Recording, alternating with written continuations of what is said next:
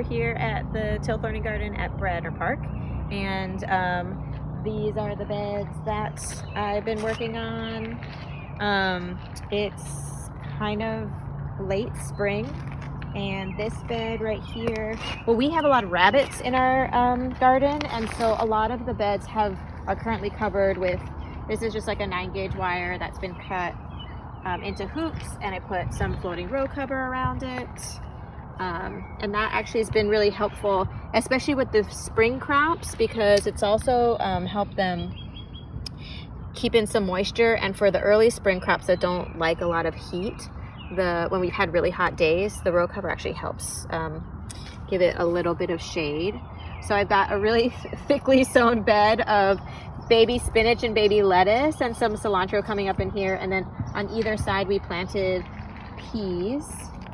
They're snap peas, and so it's about time to start building a trellis for them. So this bed right here is planted 2 kinds of lettuce, and we planted, I literally put like 2 packets of seeds in this bed, and so every week we've been thinning it out, and so I can go in and just snip like this whole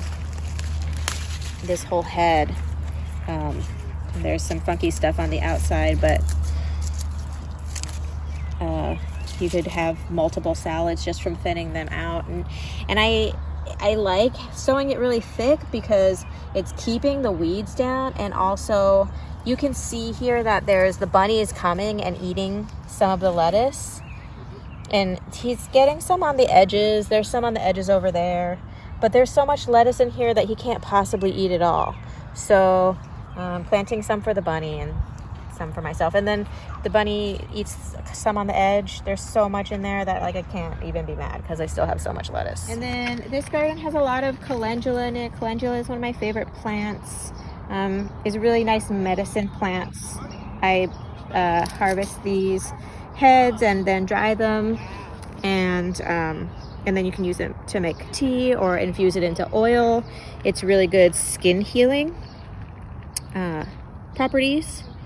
And also it blooms like most of the year, and so it just kind of makes the garden look awesome and sort of hilarious with its bright orange and yellow.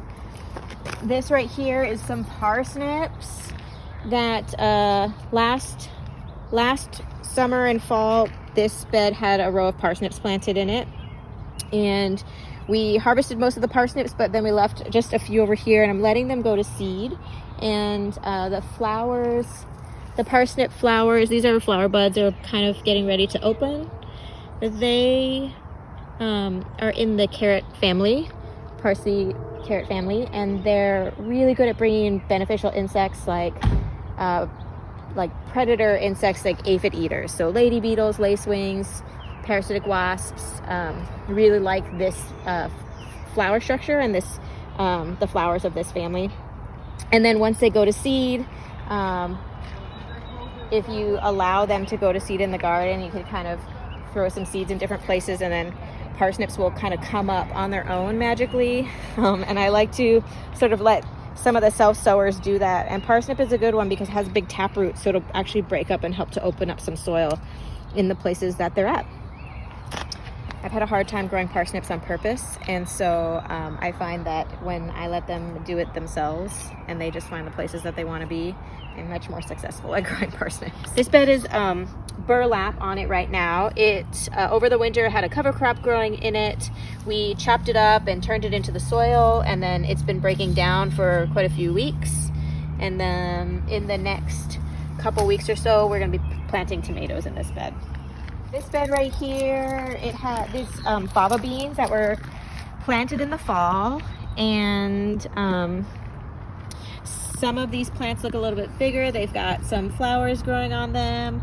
The flowers are going to, they're gonna start, there they are, making little beans. So after the flowers, you get the fruit, and they're starting to look pretty cute. And then I have some younger ones that were, I planted them last fall, and then they got eaten by some bunnies. So some survived and some didn't. So I replanted this spring. And so there's some little ones that are kind of coming on the back end of these older ones. In this bed, I have some fennel that was planted with radishes. And the radishes, I just thinned out a bunch, but they're starting to radish up there. And these radishes, once they're harvested, the fennel can finish growing, and then we'll plant some peppers in there in a few weeks after the radishes are done. So I like to plant, I'm sort of greedy, even though there's a lot of bed space here, I like to have spring crops and then summer crops coming in right after them, and sometimes even fall and winter crops coming in the right behind. So like sort of ongoing succession sowing. And I also like to plant a lot of different things together. So this bed, I always like to put some perennials or self-sowing annuals, let them kind of go at the corners of the beds, because I think that things that are blooming, like right now the chives are blooming. This is a early spring green called corn salad. It's blooming. Calendula is blooming. There's some yarrow coming up in some other beds and some mints. And then this has potatoes planted around the edge, and then some garbanzo beans that we planted in the center. Look at this. The strawberries. These purple flowers is a sage, and right now it's blooming. Most of the year it just looks like green leaves, but right now it's blooming and it's taking off. This mint family, the sage, thyme, rosemary, lavender, they're really good at bringing in pollinators. The blue and purple flowers, bees especially really like.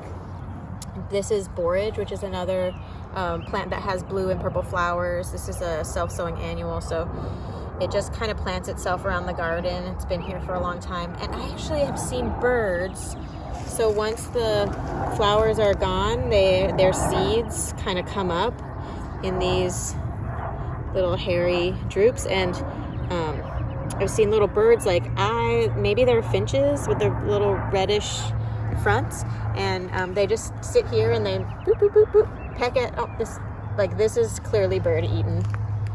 Right there, bird evidence of bird eating, and they'll eat those seeds. And I think it's so cool to have birds in the garden, because I don't know what else they eat, but I imagine that they're probably also eating some weed seeds and some, I don't know, bugs that I don't like or something like that.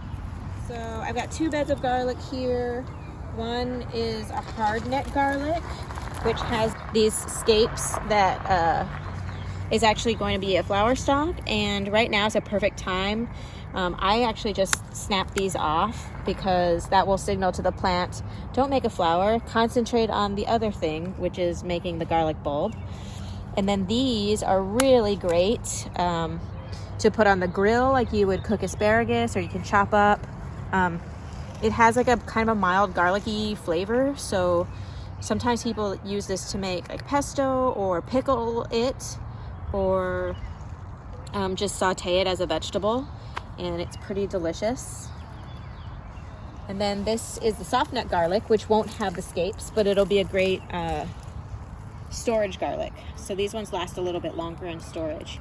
And this variety was given to me by a pea patch gardener who brought them with her from Siberia, and she'd been growing it in her garden for a while. And I was just walking by one day, and she's like, "Hey, I've been meaning to give you some of this garlic. I brought it back from Siberia. You want to grow it?" And I said yes. And she just pulled one out of the ground and handed it to me, and I've been growing it for about 3 years since then.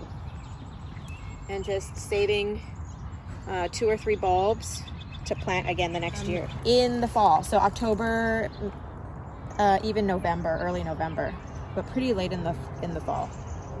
So this here is plantain.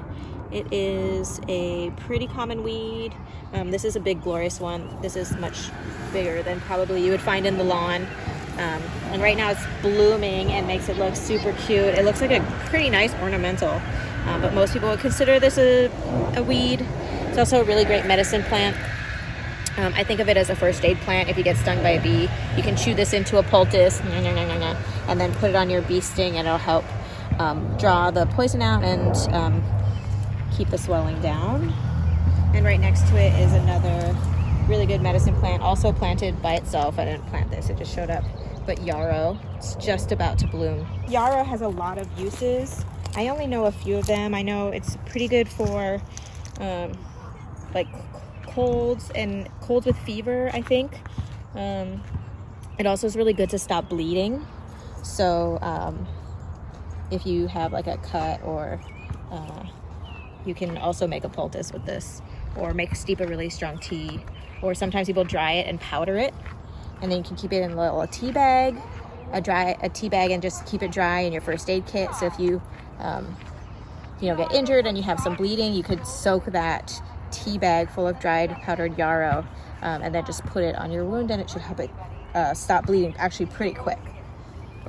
This is a little bundle of bulbils that had fallen to the ground and have started rooting out, and then these will grow to become like little bigger guys next year.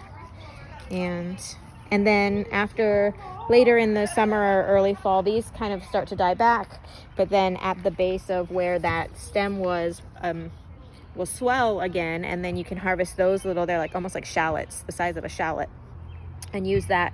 It's not going to be like a bulbing onion, but it'll be about the size of a shallot, and use that. And then you can use this.